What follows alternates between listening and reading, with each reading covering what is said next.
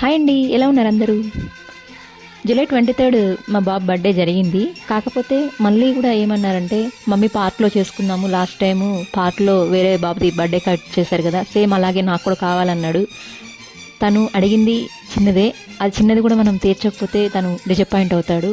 అందుకని వాళ్ళ సాటిస్ఫాక్షన్ కోసం మళ్ళీ అందరినీ గ్యాదర్ చేసి పార్ట్లోకి పెట్టుకొని మళ్ళీ కేక్ కటింగ్ చేసామండి.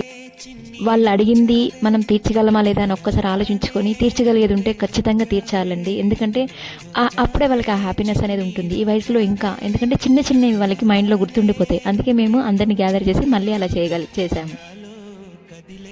అందరూ బిజీ ఉంటారండి, కానీ పాటలు కనగానే అట్లీస్ట్ ఫ్యామిలీస్, ఓన్లీ జెంట్సే కాదు, gents along with families, kids చూడండి ఎంత బాగా ఎంజాయ్ చేస్తున్నారు.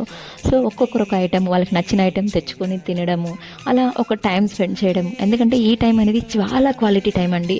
అది ఏంటంటే మన అట్లీస్ట్ ఇంట్లో టీవీస్తో, ఫోన్లతో కాకుండా బయట జనాలతోని, వాళ్ళకి నచ్చిన వాళ్ళతో కొంచెం టైం స్పెండ్ చేయడము. పిల్లలకైతే వాళ్ళకి ఇంక ఈ టైంలో ఏముంటుందండి, ఆడుకోవడమే ఉంటుంది, చెప్పా కదా, ఎంజాయ్ చేయడమే ఉంటుంది.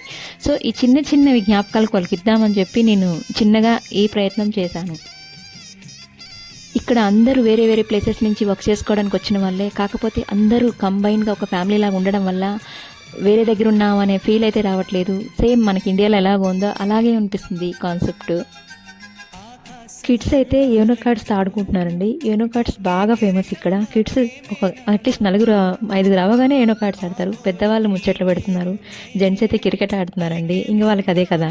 ఇంకా లేడీస్ అంటారా, మీకు తెలుసు కదా, ఒక 4 లేడీస్ ఒక దగ్గర కూర్చుంటే ఆ ముచ్చట్లో ఇంకా ఒక గంటతో తీరవు, అది ఎక్కడికెక్కడికి వెళ్తాయి. అందరికీ థ్యాంక్స్ అండి. పాటలకైతే సక్సెస్ఫుల్గా జరుపుకున్నాము.